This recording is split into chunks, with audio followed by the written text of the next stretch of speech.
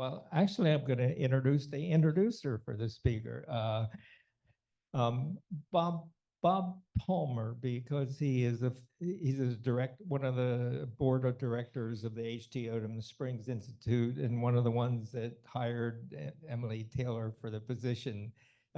Is more familiar with her background and activities. But Bob has a PhD in marine biology and has served on the staff director for the U.S. House Committee on Science, Space, and Technology.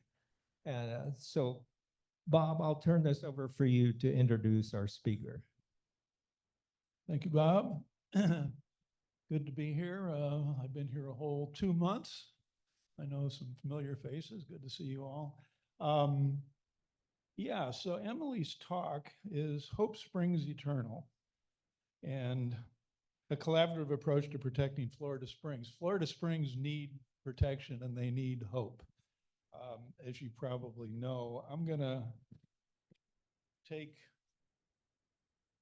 advantage of the fact that I've got the microphone and you don't, and I'm gonna read something here that I got this email 2 days ago from Ken Sulak. Some of you, I'm sure, know Ken. He's a local biologist, historian, fisheries guy, probably the premier expert on Gulf sturgeon. Very bright fella. Anyway, this email came in unrelated to Emily, but it's relevant to Emily's talk. And Ken says, I arrived here in January 1994, and I headed to Ichetucknee Blue Hole that first day. It was incredibly clear blue with white sand percolating below. The vent outflow was actually domed at the surface, very strong. I tried to dive down into the vent, but I couldn't buck the outflow. Several of us have had that experience, I'm sure. I have never seen it again like that. This was 1994. I was very much impressed by the clarity of Santa Fe River then. A few years later, with a few flood brownout events, the river stayed dark for periods, then gradually got darker every year with notably less submerged vegetation and notably fewer turtles. The proof of apparent long-term darkening is in the pudding, sturgeon pudding. Gulf sturgeon are secretive creatures inhabiting muddy or tannic dark waters. They avoid clear water. They don't venture into spring runs. Excuse me. In 1994, I never encountered a local fisherman, diver, or river resident who had ever seen a Gulf sturgeon in the Santa Fe River, ever. But as it got darker and more sturgeon friendly, they started to appear about 8 years ago, and they're now regulars, noted by folks, recorded on remote receivers, and observed jumping. So that's the challenge with our springs. Flow is down, pollution is up, biological health is down. And so I'm glad we have a speaker talking about hope, because that's part of certainly the start of what we need. Emily, as Bob mentioned, is executive director of the Howard Odom Florida Springs Institute. And for those of you who don't know, Howard Odom was a renowned ecologist and particularly in systems ecology. And his earliest, I think, systems work was at Silver Springs, which is, 30 miles south of here. And 20 years later, Dr. Robert Knight did his PhD work at Silver Springs. He updated and expanded Dr. Odom's work there. And Bob Knight founded and was executive director of the Florida Springs Institute for 12 to 15 years. And Emily is stepping into those large shoes as of 6 months ago. And she stepped into them very successfully, I would have to say, for the first 6 months. And we wish her continued success. So Emily, I'll read this briefly, she can speak for herself, holds a PhD in soil, water, and ecosystem science and a bachelor's degree in environmental science from the University of Florida with a minor in agricultural and natural resource law. Is that all true? That's all true. Okay. Got paper to prove it. Okay. Her research focuses on understanding aquatic ecosystem functions, within Florida's freshwater springs, streams, and rivers, and how watershed development and management strategies impact aquatic ecosystem health.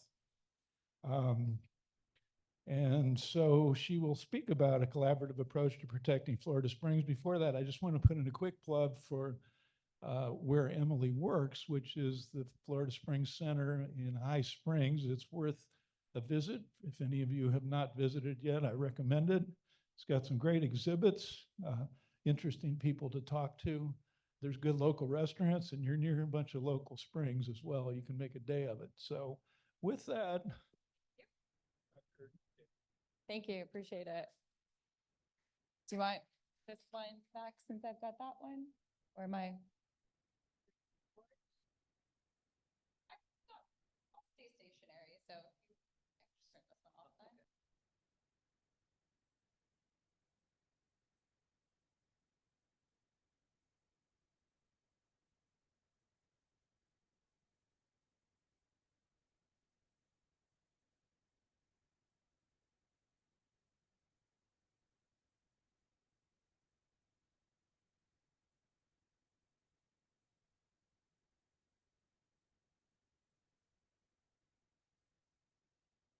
Can you hear? Oh, Lord. All right, first an eardrum, why don't I? Can you hear me now? Great, and thank you, Dr. Palmer, for the wonderful introduction and history. And just so no one thinks he's a bully, I am a fast talker. I try not to be. He's got a sign to tell me to slow down. You all can also tell me to slow down. He's not bullying me. I asked for it. But yeah, so starting a little bit with the title of the talk, and I understand it to be a little bit different than some of the other presentations that were a little bit more project focused, is my motivation when kind of coming up and thinking through this talk is my role now as an executive director of this wonderful organization. How do we fit into this landscape? What have we been doing for the last 14 years? What has happened before me? And I'm not the only person in a role that is a change in a position of change in the nonprofit conservation springs research world. There are several other organizations, so there's a lot of energy in terms of like just reinvigorating our efforts towards protecting springs, sharing in the responsibility of stewarding the resource as well. And so kind of thinking about that in terms of like what direction and what role has FSI filled? What can we fill? What have we learned from our other groups? And so a little bit about the Howard T. Odum Florida Springs Institute for those that are not familiar. We were founded in 2010. We are a 501c3 nonprofit, and we are focused on serving as the kind of clearinghouse for springs ecological research and helping people understand the importance and the ecology of the spring. So the idea is to kind of be a middleman, so to speak, so that researchers, agencies, what have you, can come to us, but also someone can walk up off the street and say, hey, I like the springs, I want to get involved, or I want to learn more. Can you help me out? If you see the bio, I'm sorry, but a footnote for a picture. The picture is by Phil Hawthorne, who is our young or wonderful scientist at the end, who is also a incredibly talented springs photographer. He took the picture of the titles. No, I changed the title slide. Don't listen to me. So just to recap kind of what the overview of the talk is, or what I had suggested when I wrote my ambitious abstract, is that we're going to kind of think a little bit about the ongoing past efforts to protect and restore Florida springs, where opportunities exist to address current and future challenges. How can we be forward thinking and using what we've learned in the past in terms of, you know, not even boots on the ground, but like what strategies, how have we approached conservation and restoration, and then thinking about a way forward and how we can maybe do it better. And I will admit right out the gate, nothing that I'm saying is brand new or is not been pitched by other really wonderful, incredibly talented scientists and strategic planning people, but I put beautiful Springs pictures behind it and a new spin on it. So no, these are age-old philosophies and processes, but thinking about them in the Springs context and putting them in 2024. So Florida is home to very recently, well, not recently, but this is the very most updated number. So you'll see like sometimes 700 or 1009. If you go to Florida Geological Survey's website, they keep an updated list, 1,013 named springs in the state of Florida. It's quite a bit. And those are all fed by the Floridan Aquifer. We have a handful of other aquifers, but that's the main one.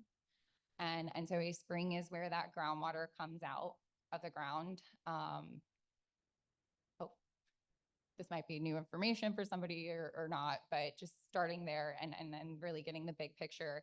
And so for the majority of North Central Floridians, the Floridan Aquifer is also our drinking water source. So it is the water source for the 1,000+ springs. It is for the drinking water for these areas. It drives industry, the irrigation on the lawns. If it's got water, it's probably from the aquifer, unless you're in South Florida, and then it's from the Biscayne, which is a different aquifer. And what's unique about our aquifer is these areas of vulnerability. And so they drive this need for proactive springs protection and targeted springs restoration. So are we putting our efforts in the places that they're going to make the most impact?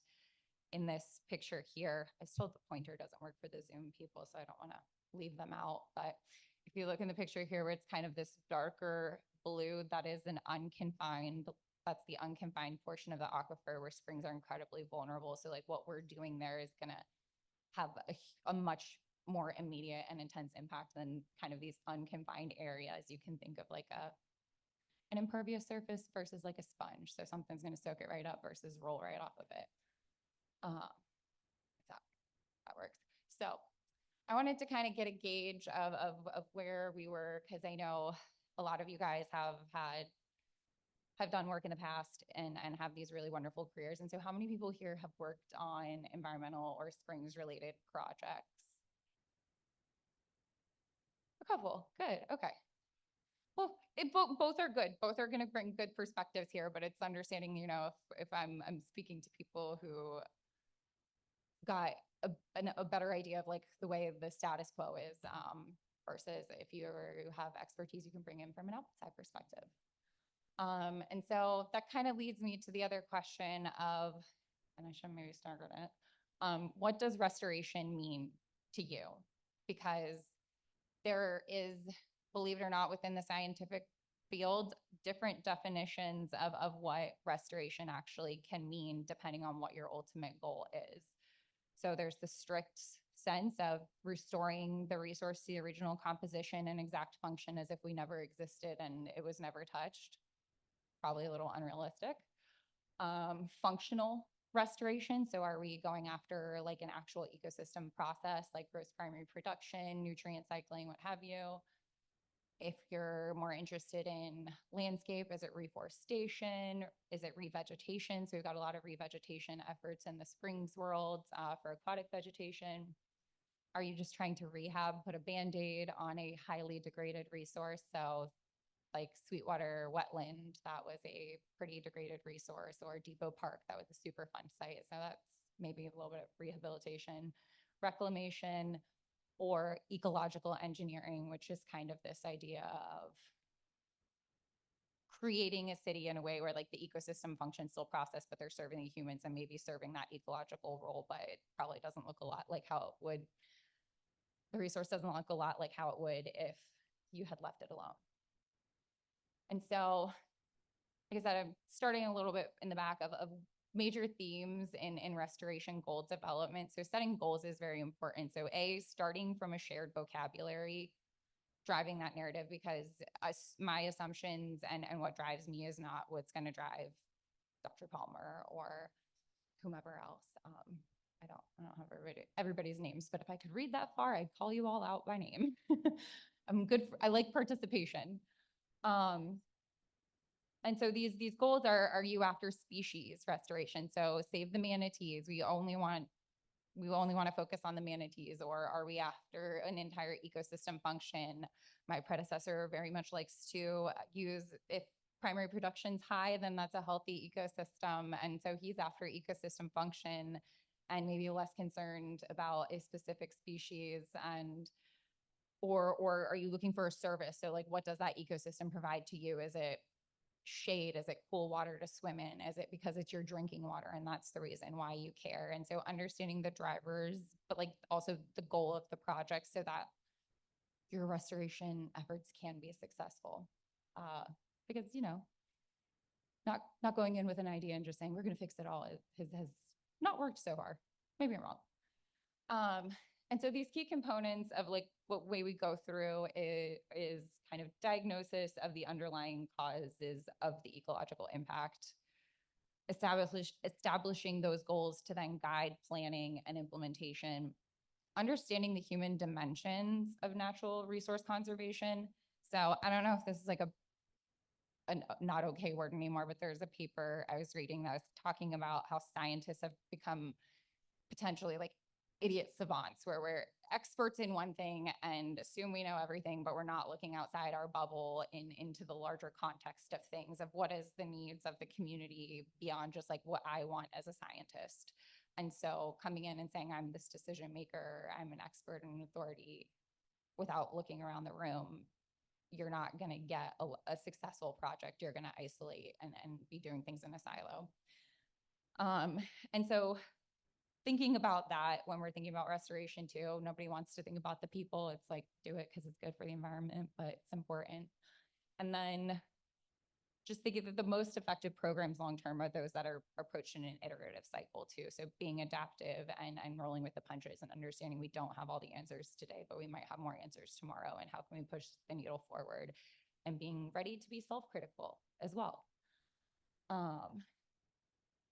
And so some of the considerations and trade-offs when you're focused on those different things is, if you're only focused on the species, you might miss the ecosystem or landscape processes that are impacting that species, or you might damage other species if you're not understanding them in the context of the food web or the community. What functions are you actually supporting, and like systems develop in a way that uses the resources most efficiently. And so we don't necessarily know, and we can't tell these systems like how to use that resource most efficiently. So if I'm fixing runoff, but I'm not fixing nutrients, like that's not getting at like the way that this ecosystem evolved over time. And then protecting or supporting one ecosystem service, you might preclude others. So you cut down all the trees so you can see sunshine, and now you don't have shade anymore. Getting into the springs now. I said I was going to talk about springs, right? What is our motivation now for springs restoration? So if anyone is familiar with the incredible photographer, former journalist, he was a journalist or he was a photojournalist, John Moran, he worked on this project during this terrible drought that kind of like ripped through the state of Florida, I think 2012 time, and did this wonderful photo series, and it was an exhibit in the Florida Museum of Natural History as well. And so this is White Sulphur Springs, and that's been dry for some time.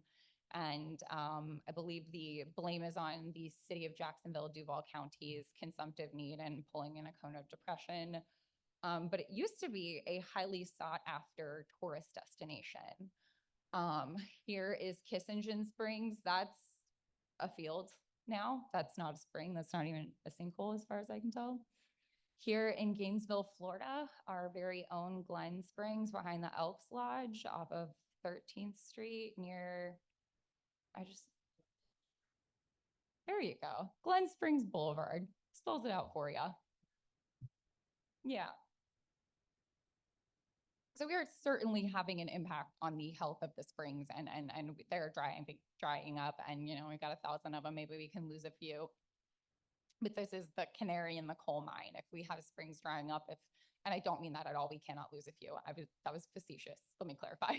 Let's not lose any more, but it's also like these are a sign, this canary in the coal mine, of something's going wrong with the springs, something's going wrong with our drinking water, and we're not managing our resource maybe the best we could. But thinking about that, what what is a healthy spring?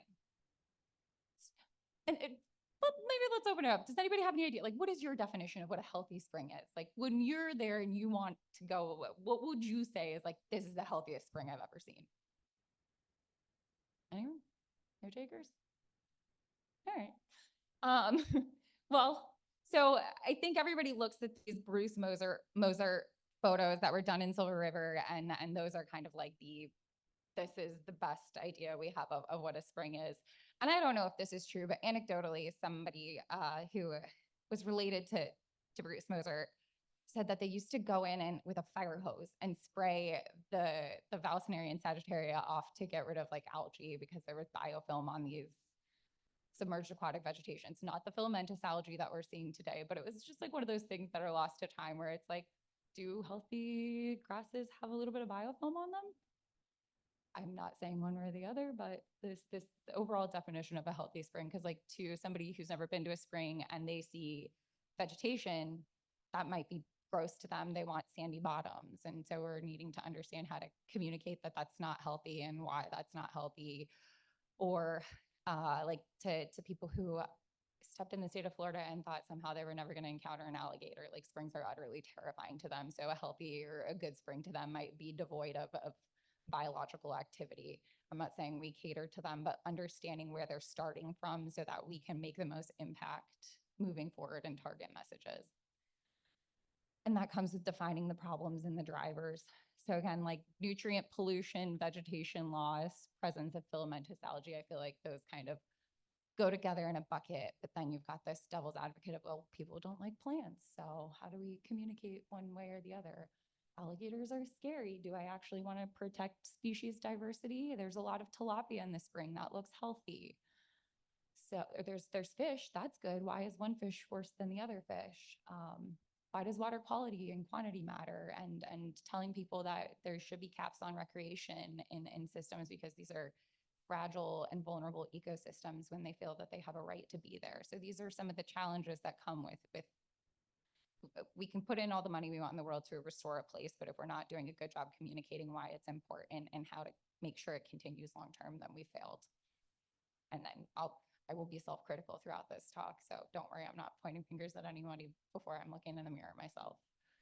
And so looking at some of these things that have happened in the state and in real life, there have been targeted approaches and some have been incredibly successful and some have been maybe less successful or have missed the mark. So statewide initiatives, there was the Florida Springs Task Force that was started in 1999, and it was really transformative. It took this very comprehensive approach and set a lot of the incredible work that we see being done still in Florida today. But unfortunately, that group is no longer in existence and was actually a bit of a catalyst for why the Springs Institute was founded.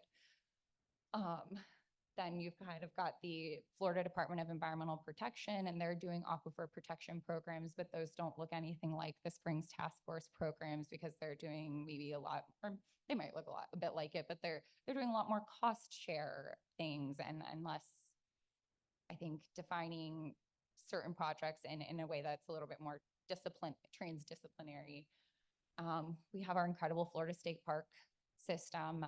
Jim Stevenson is a absolute incredible Floridian who's done so much for the state and was really instrumental in some of the springs that you see really protected and the resources managed well. For example, if you've ever been to Ichetucknee Springs, those human use carrying capacities that are happening, the vegetation assessments that happen pre and post seasons, that was a lot of initiatives driven by Jim Stevenson.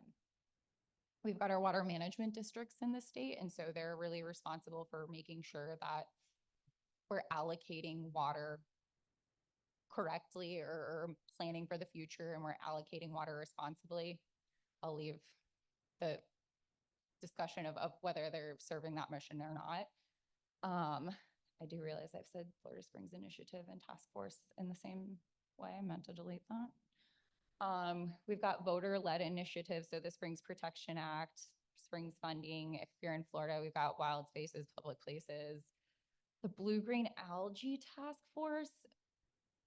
Yes, I do want to make clear, Cyanobacteria don't grow in springs. Filamentous algae do, but the harmful algal blooms that are red tide and give you the scratches, that is a different organism. And it doesn't mean that they don't exist. Springs are just too cold and it's moving water, and those are stagnant species. So the blue-green algae task force is on cyanobacteria harmful algal blooms. I feel like they're getting rolled into thinking that the filamentous algae is in that bucket, and it's not necessarily. I think the initiatives to reduce nutrients and get at that are in there, but that's not, like, they're not talking about that anyways. And then we have our basin management action plans, and these are supposed to be these comprehensive watershed or spring shed guides over like how to hit these target goals, because for the state, nutrient reduction and water quantity are really big goals of theirs. And so like, here's the projects and the initiatives, and they're developing those. And it's a iterative process and has to go back and be held accountable, and then the numbers have to work out. And then there's been a lot of local measures. So you've got your city and state ordinances and a lot of grassroots efforts like my organization and deciding how we could help fill the gaps that we're identifying and help drive the motivation behind it. And so there are constraints, like I said, on what could be successful here in Florida. And so there's this idea. Oh, okay. So some of the things that we're having in Florida is there's this traditional management style is falling victim to this allure of like certainty. And I really liked this quote where like conservation, restoration, and natural resource management are derived from fields of study where precision is expected and needed. And that's not necessarily how things are in the real world. And so there's this desire also for like broad principles and solutions. And we can say a one size fits all for the entire state. And that's not how ecology works. I should say, like, I'm a biogeochemist by trade. So like my soul is dying a little bit being like, numbers aren't the answer to everything. Because to me, I'm like, oh, if I can quantify it, I can do something there. But scientific work is done in a specific place in a specific time, answering specific questions. And there's rarely funding or opportunity to go back and revisit whether the thing we said 10 years ago still applies today. So like bearing in mind that like sometimes a little bit of, okay, well, I'm seeing with my eyes that like what you wrote down on this report doesn't necessarily apply today. Scientists are not infallible. And so the little bit of case study, like I said, was the Florida Springs Initiative Task Force that was incredibly successful. And their goal was to protect and restore Florida's freshwater springs and spring-fed ecosystems. And I'm realizing all of my notes are not readable. But they were really powerful in driving policy, legislation, setting initiatives and goals, getting these BMPs, getting outstanding Florida Springs defined. Bob can fill in the more comprehensive list, but it really set the stage for like what a collaborative approach working with the agencies could look like, bringing in these interest groups. I am absolutely jaded and being a little too optimistic and doe-eyed, thinking like, oh, we could do that again. But it's a good way to think of like how we could start maybe moving in that direction a little bit more. And so this is a wonderful infographic done by the Florida Springs Council. And so their name is very similar to ours, but their mission is different. And so they're the watchdogs and making sure that what was said was going to be done is actually done, and holding them accountable. And so we try to provide data, resource, education, materials, and they're kind of there to carry and complete that circle and say like, okay, like let's sit down and get to the brass tacks of it all. And so I really love the way that they've been kind of putting this information out. And so they've been critical of the Florida Department of Environmental Protection BMAPs, because they promised the world and have the opportunity to make a really big difference and a big impact in springs restoration. But are the projects they're funding and the timeline that they're on meeting that goal? So in theory, the BMAPs are going to be wonderful. But there's some more work that needs to be done. And so those are kind of like these bigger picture ideas, but thinking targeted approaches where you get into these other groups, doing more boots on the ground, dredge and revegetation efforts. And so there has been shown some initial success of like the revegetation. So pulling out the muck, pulling out the algae, getting the more organic type mucky soil out of there, because sandy soil is the substrate that submerged aquatic vegetation evolved to grow in. They were successful at getting the initial plantings and being there for seasons, but then the humans came in and they trampled them, they drug their boat anchors through them, and then you lose the work that's been done. And so that's that whole like completing the circle. So like, this is a great science project. We've shown it's successful, but like, is it really successful if the second you turn around, it's gone for one reason or another? And this is not a knock on them. Said, I'm going to get to me. And some other really successful initiatives in targeted approaches is just buying land, saying you can't build on it, and using it in critical areas. So this is Rainbow River here, and it links up with the wildlife corridor, but there's this one little parcel, they call it like the Denellen Gap, I think. And so these groups are kind of working to help push that purchase of that land. So then you have this cohesive unit, and that is all along the banks of the Rainbow River, which is a beautiful river, but I don't really love going on it because I don't like looking at people's houses because it's all up and down it. But again, that's me. That's not everybody. And ACT too, this is one of their infographics, 60,000 acres protected. I think 30% of the state of Florida is in conservation of some sort, which is incredible. And so that's something we should be really proud of and support, but it's not like, all right, we're done, let's go home. And so for some self-reflection, said I get there.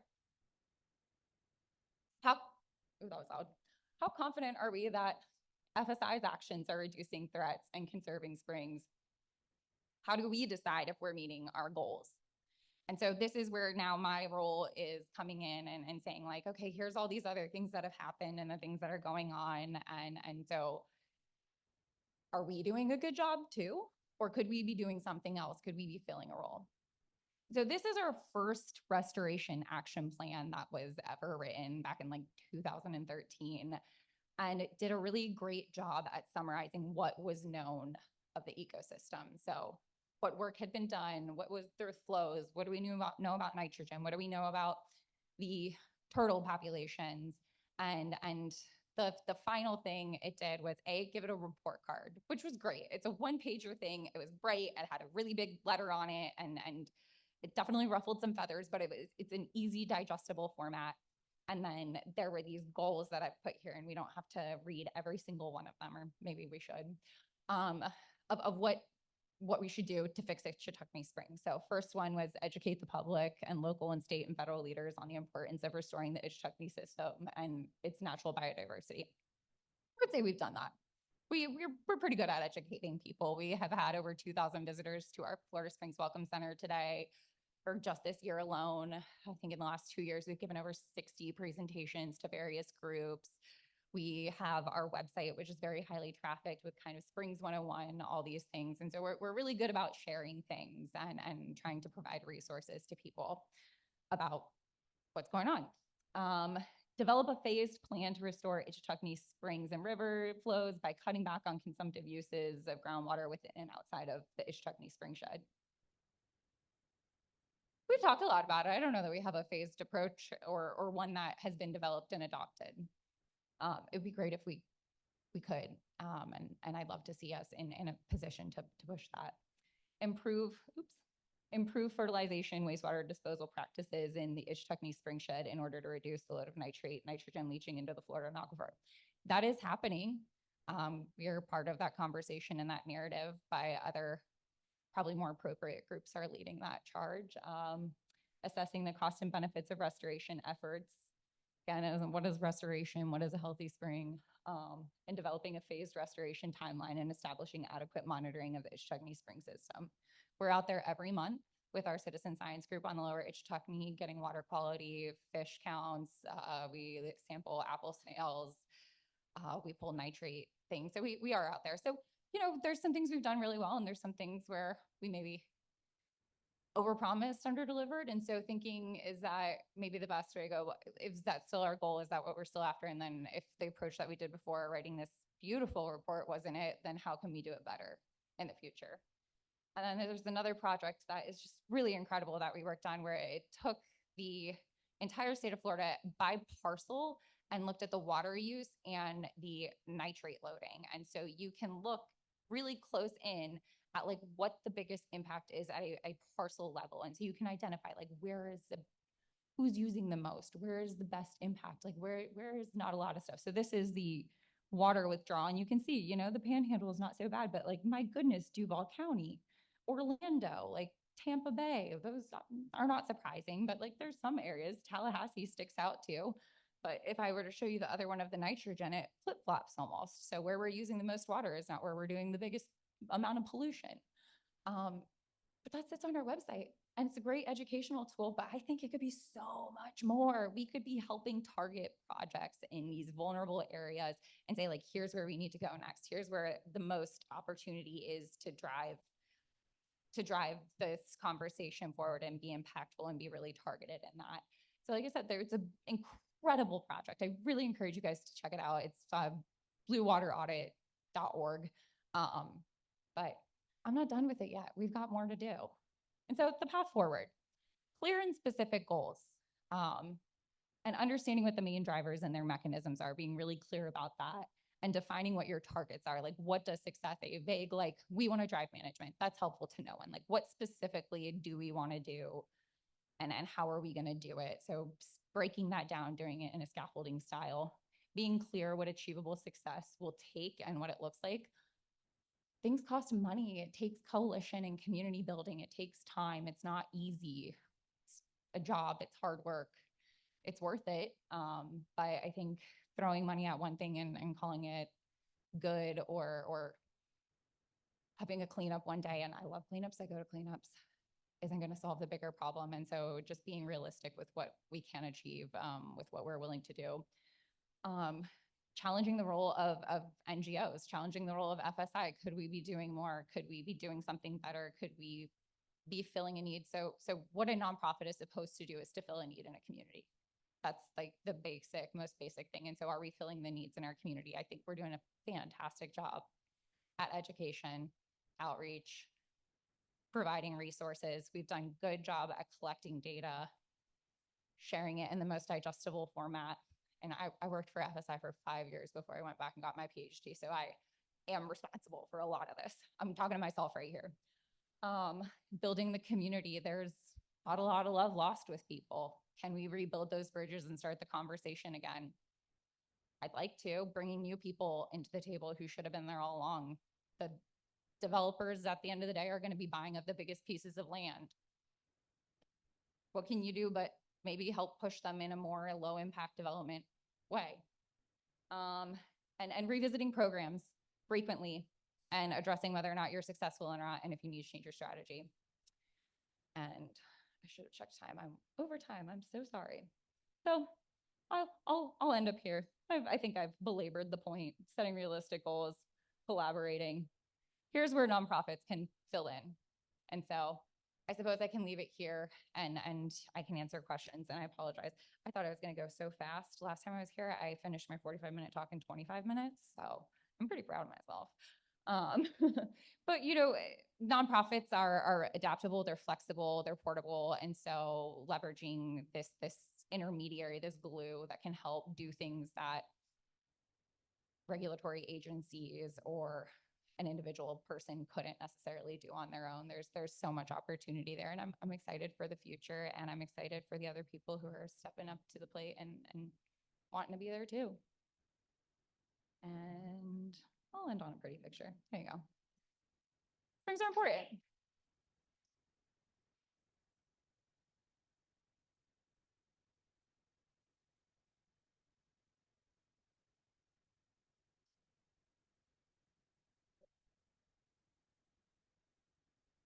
Are there questions or comments?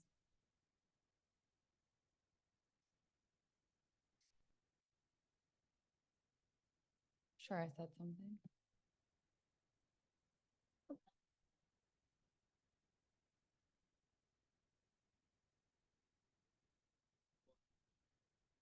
I can share.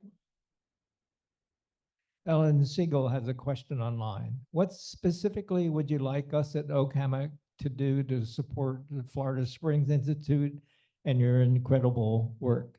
And I might add to that, you may advocate for a lot of things. How well do people listen, particularly the people in power?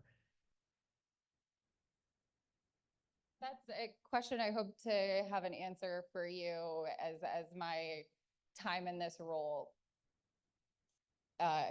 continues, because there are other groups who are there and are making progress. It's not the role that we find ourselves in, and so that's why it's being critical. Is that our role? We've filled this niche with the community, and I've got a strong research background, and so some of the research initiatives that I'm really excited about aren't these baseline action plans, but like, we know nothing about the spawning behavior of long-nosed gar and these floating vegetation mats on the Ishchugnik River. Our staff, Bill Hawthorne, has some of the first video evidence of that, the spawning behavior of long-nosed gar. It's incredible.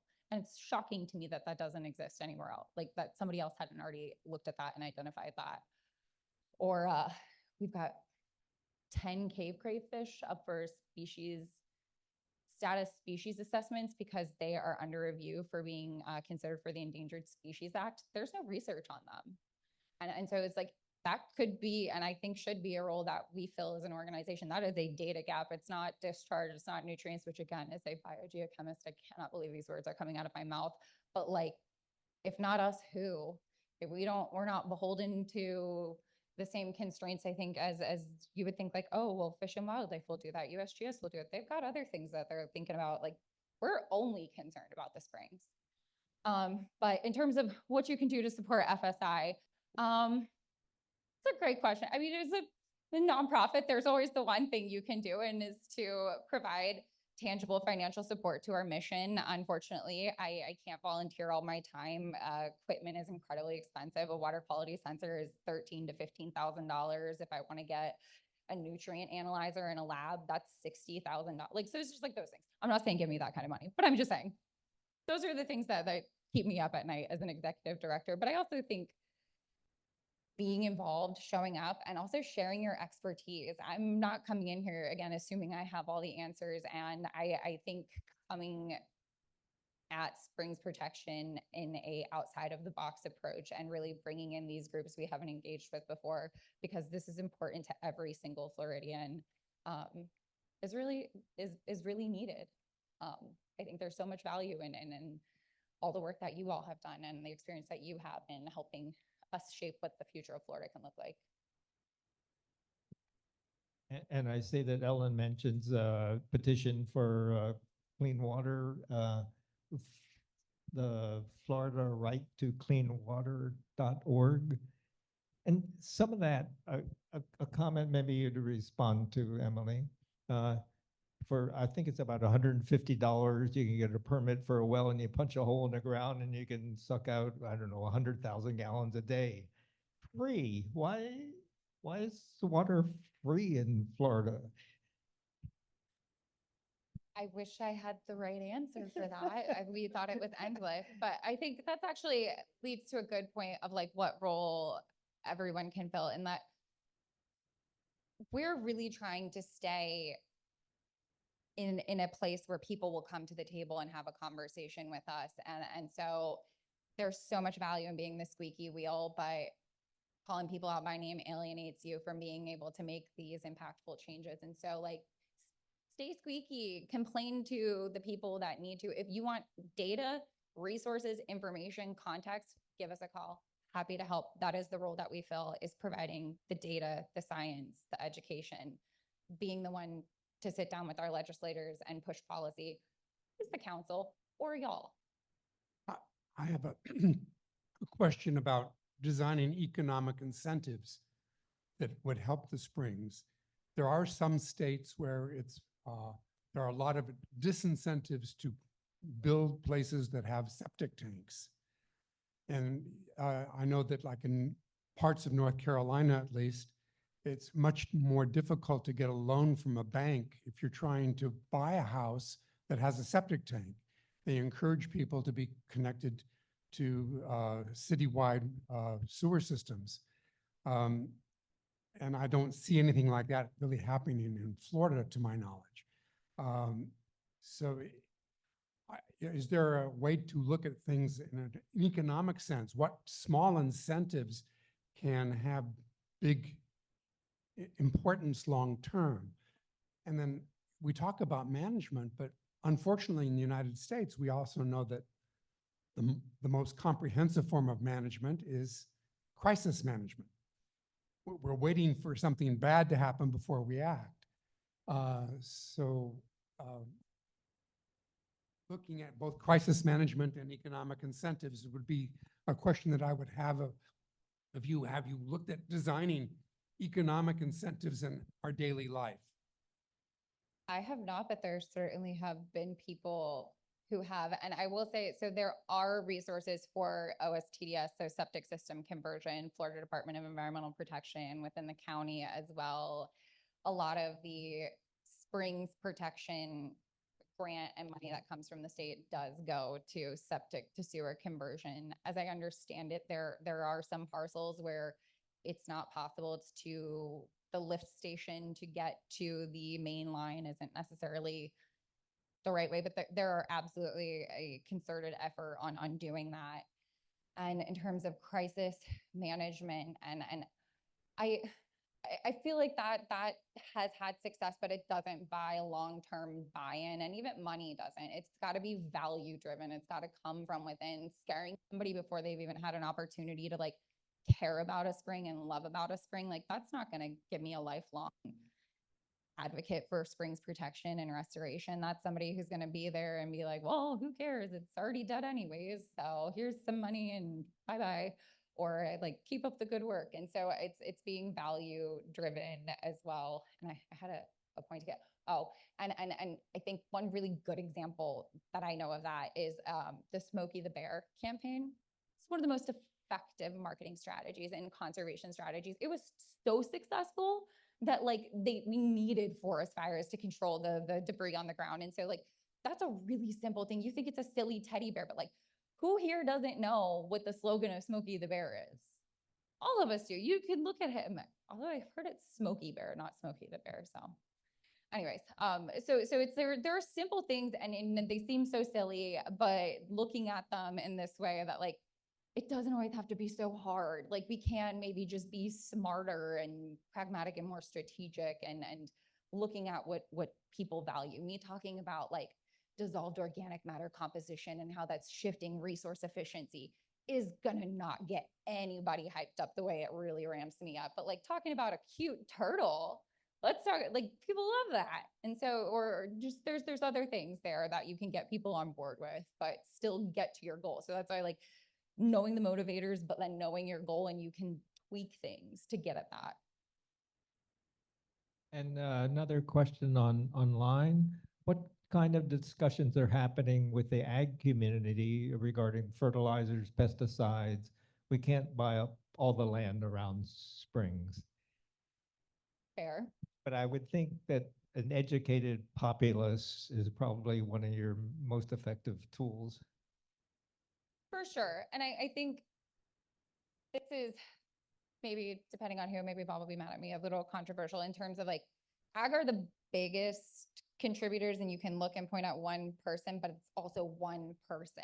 And so there's opportunity for that one parcel versus like these super developments that are coming in and are all impervious surface cover and people are dumping entire bags of whatever Home Depot said they should get on the ground too. And so there are cost share programs, there are BMPs. Could they be enforced? Is there more we can do always and forever? And we have not been very much in the agriculture sphere. We've been maligned and, you know, tale as old as time enemies, but I don't think maybe, and again, I could be jaded. I could be coming back here in 5 years and being like, I was dumb. Happy to be that person. But see, trying to ruffle the trees and see what falls out this time, and maybe we'll get lucky again or get lucky this time. But I agree, you can't buy up all the land around springs, but those conservation groups, those land conservation groups, they've been busy and they're pretty good at what they do. So maybe. Any other questions?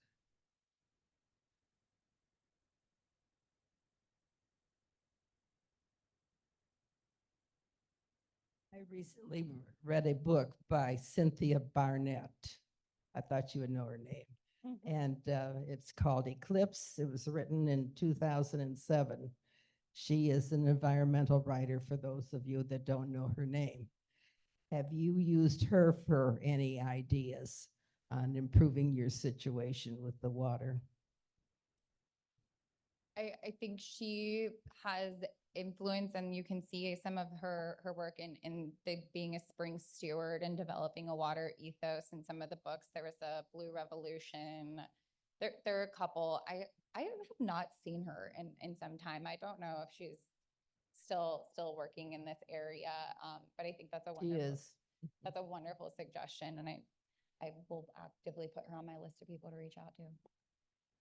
'Cause she was a part of that Springs Eternal project a little bit, and she's done a lot of really wonderful work with the Springs, and I think she does have a really interesting approach in being critical, but also like transformative and like how we can move forward.